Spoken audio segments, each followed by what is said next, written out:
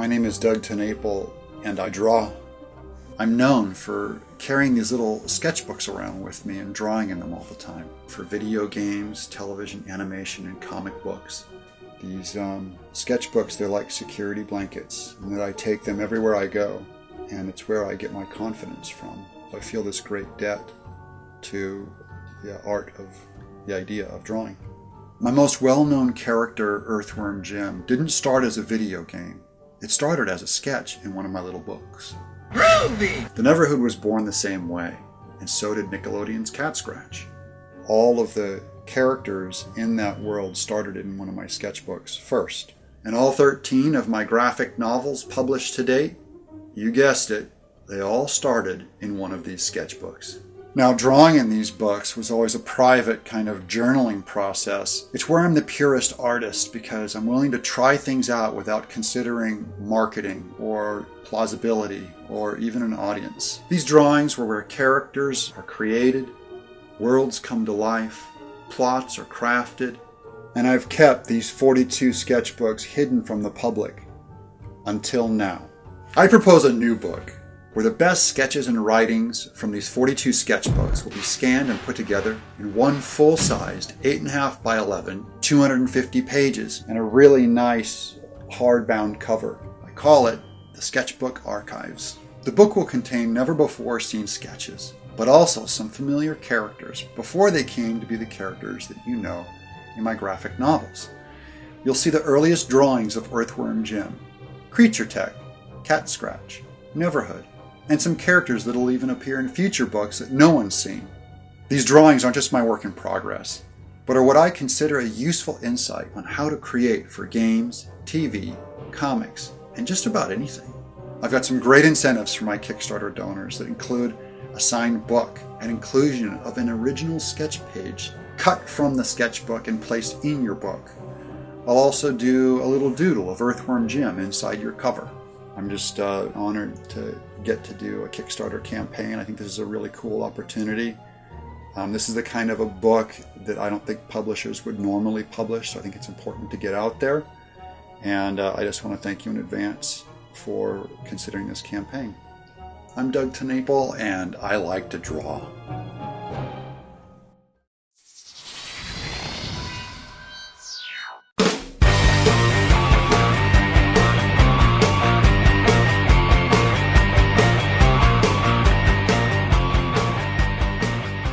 Hi, I'm Doug TenNapel. Welcome to my dungeon of creativity, life, death, and aerosol.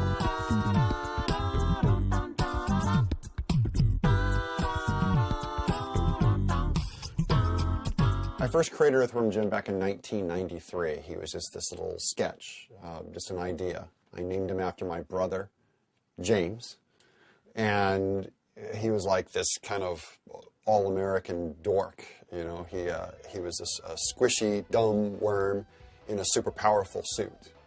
I brought him to a video game company called Shiny Entertainment, and they were looking for, you know, a new character to create, a new character to put in a video game for an engine that already existed. Little did we know that over the next year and a half that we were going to create Game of the Year, a game that ended up selling $60 million worth of business, and basically launching my career. I'm really excited about Earthworm Jim coming to the next generation systems, mostly just because there's a lot of people out there who haven't seen him. They've heard about him and they're not sure who he is. Or if they do finally get to see him, they see this low-res, chunky pixel guy going, I don't get the big deal.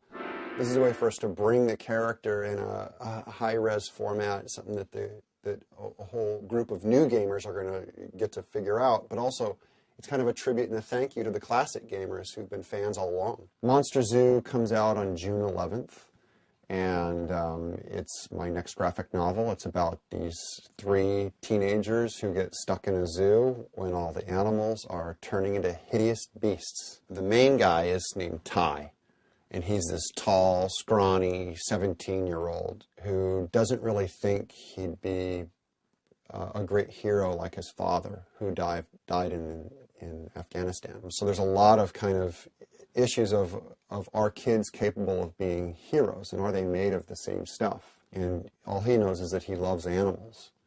And I think fate has kind of tapped him to be a different kind of hero, but a hero nonetheless. The question is, will he save the animals? Will he rise up and take a few hits for his peers? So far, I've met with Sam Raimi's executives, who are my main partners on the deal. We're all producers on the movie Monster Zoo, and the direction where it's going so far is we're really playing up the comedy elements. So it's going to definitely be a funny movie.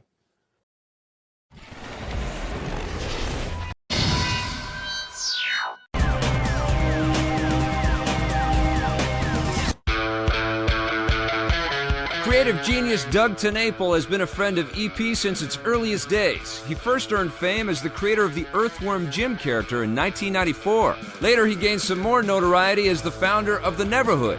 Tommy caught up with Doug at E3 in 1999. Doug, we're here. We're at DreamWorks, and you got a new game coming out. That's right. Tell us about it. Well, Tommy, it's a PlayStation game. It's coming out for this Christmas. It's called Skull Monkeys. It's a all clay and puppet animation video game. Doug and Tommy didn't always get along, however.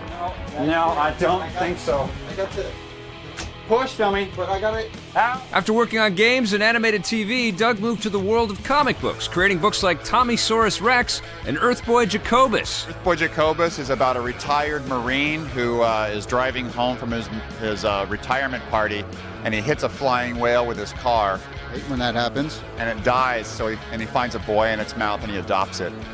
EP caught up with Doug again at Comic-Con in July of this year with his latest, Black Cherry. As we've discovered many times on EP, this is the only safe way to shoot Doug TenNapel. I have to be sitting down because he's about 4 times taller than I am. How you doing, buddy? Look for our full feature on Black Cherry in an upcoming episode. Hello, my name is Doug TenNapel, and when Kickstarter put together this Make 100 campaign, my mind went crazy and I thought I want to do a bunch of watercolors. So I've put together a couple of samples, but first I'll tell you how I do them, okay? These are going to be tiny 2.5 by 3.5 inch watercolors on 140 pound watercolor paper at Strathmore. First I sketch an image, and it could be anything you want, but I've put together a bunch of pre-made images, some of my most popular characters.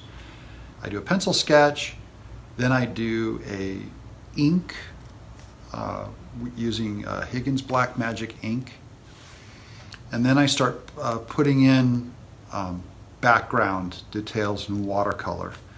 And I really like watercolor. It's a lot of fun because it has such a weird kind of natural look to it. And I do things like add sponge texture, I stamp in paper towels, I use table salt to draw and distort the watercolor in the backgrounds. And the idea is just to make characters that you love in these little tiny watercolor paintings that are made, you can hang them by your bed or put them next to your wherever your creative workspace is. Here's a Clayman. I have a lot of Neverhood fans out there. Here's an Earthworm Jim. You know him. And here's another Neverhood piece. I get invited to conventions, and people want me to do original artwork for commissions. And usually I don't have time to do them at conventions, and it really doesn't make sense to do them one at a time and make them available online. So it's very rare that I do original art for people. This is an opportunity for you to own one of your favorite childhood memories and take you back. Each one is going to be a little bit different because I hand do them all, and I intentionally make them different, so I'll change the perspective on them a little bit or exaggerate them a little more. If you have a special request and if you want your character to have an angry or a happy expression, you can let me know that too, and the special details when you do your donation. So, thank you. Thinking going. My name is Douglas TenNapel, and I am the original creator of Earthworm Jim. I went to my wife and said, I've got my next character. It's going to be an earthworm in a cybernetic suit. It seemed like such a good idea at the time. And she said, "It's true." Hi G4, this is Doug TenNapel from Comic-Con 2008.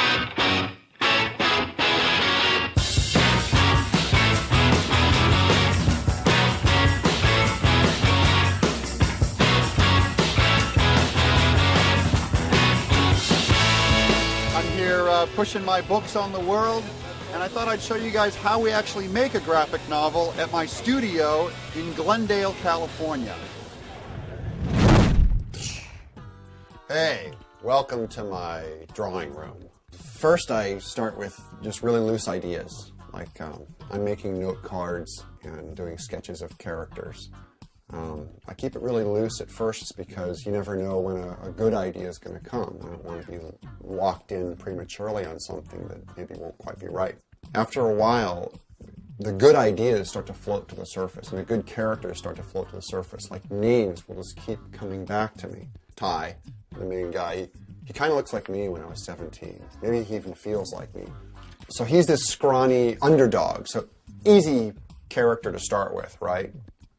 You start putting him in danger, and the reader is going to start to feel things for him. Those characters are pretty traditional in these kinds of stories. Stick an underdog in a situation, start putting him through trials, and the inner hero will start to come out. The first phase is the rough script.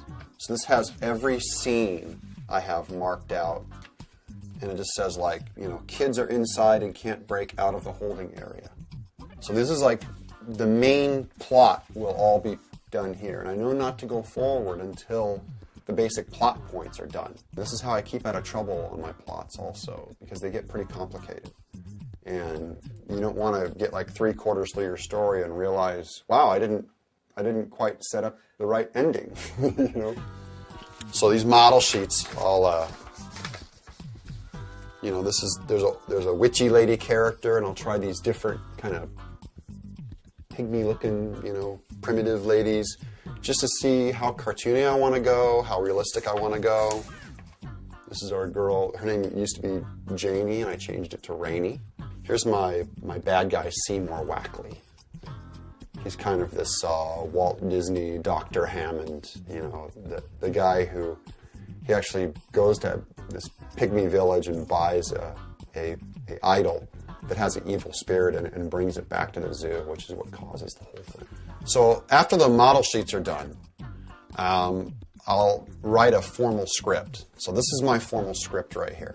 There's words on this side, which is a pretty normal script, and I write it in Final Draft. And then I start breaking up the panels. So each of these marks here represents a different panel on the page.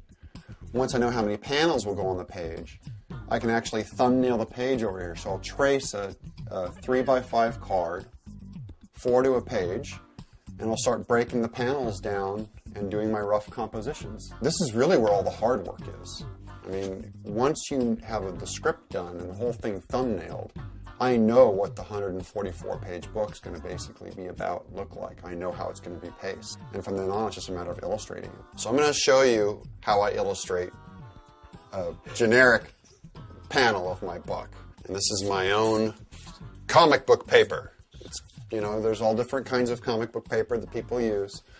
This is my own kind of paper that it's modeled after the Marvel comic paper. And what I do is I'm just going to loosely pencil out a panel here and show you. And I'm using approximate dimensions on those. And normally I would go ahead and final line the panels first. So I'll go ahead and draw that with this micron. This is Carpo, and he's the comic relief in the comic, in the book. And he's going to be on, this is going to be the back of a seat cushion. And I like keeping the pencils pretty loose and cartoony. Just I like keeping them alive, and that's something that I learned from Bill Watterson's work. I would read all of how he drew Calvin and Hobbes. In my mind, I pretended like he was my mentor telling me what to do. Whatever he said to do, that's what I did. These are called construction lines. I just kind of draw the eye line as a plus sign to show where he's looking. These are just kind of guideposts for me. And Ty, who's this character here, is going to be right next door. And we're set. Now, inking. So I just dip it in the brush, just get a little bit on the tip there. What I do is I'm going to take a few practice brush strokes over here on a sample page. And it's looking good. What I'm going to do is I'm going to start blocking in large black areas. And I tend to ink from the upper left hand down to the right so I don't get my hand all in it. And see how such a small brush will give me a huge line like that? Let me do a big area like that. Or I can just turn it in the wetness and I can get a tiny line like that. Okay, now the main characters. I try and lay down as big of a line as I can to actually describe the character as possible. So this is the big lines. I don't want to get into little noodly work. So we'll call that page basically done. Now what I do is I take my gum erase. I'm going to pull these lines out. So if I want to tone in areas to make them look a little gray, like to put some shadow on, I'm going to separate them from the background. So I'm just going to go in and put a quick, I'm going to hatch the background. So we'll push these bushes back. That's how you do it. One panel. And this I'm going to assign over for Blair and Geek Out.